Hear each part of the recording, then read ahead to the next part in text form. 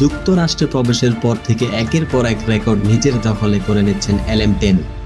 কিছুদিন আগে 38 পেরোনো মেসি বয়সের কোনো ছাপই রাখতে চান না যেন। নেসভিলের বিপক্ষে 17 মিনিটে করা প্রথম গোলটি আসে ফ্রি কিক থেকে। কয়েকজনের মাঝখান দিয়ে মারা নিচু শটে গোলটি করেন লিও। 2018 সালের পর থেকে তার 35তম ফ্রি কিক গোল ছিল এটি, যা পেনাল্টি গোলের চেয়েও বেশি। এই গোলের মাধ্যমে ফ্রি কিকে চতুর্থ সর্বোচ্চ 69টি গোলের মালিক হয়েছেন এলএম টেন। চেলসির কাছে এদিন যেন বিশ্ব মাথা নত করল। ফুটবল বড় বেশি আনপ্রেডিক্টেবল, তাই হয়তো এত সুন্দর। যেখানে বাবা হয়েছিল পিএসজির কাছে পাত্তাই পাবে না চেলসি, সেখানে ঘটল ভিন্ন ঘটনা। চেলসি হলো ক্লাব বিশ্ব চ্যাম্পিয়ন।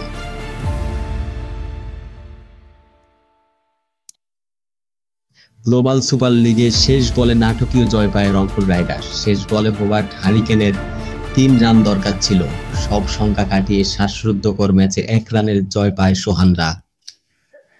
এর মাধ্যমে টানা দ্বিতীয় জয় তুলে নেয় রংপুর রাইডার্স। হোবার্টের বিপক্ষে ব্যাটিং করে 101 রানের টার্গেট দেয় রংপুর রাইডার্স। দলের হয়ে কায়েল মার্স খেলে 67 রানের জড়ো ইনিংস।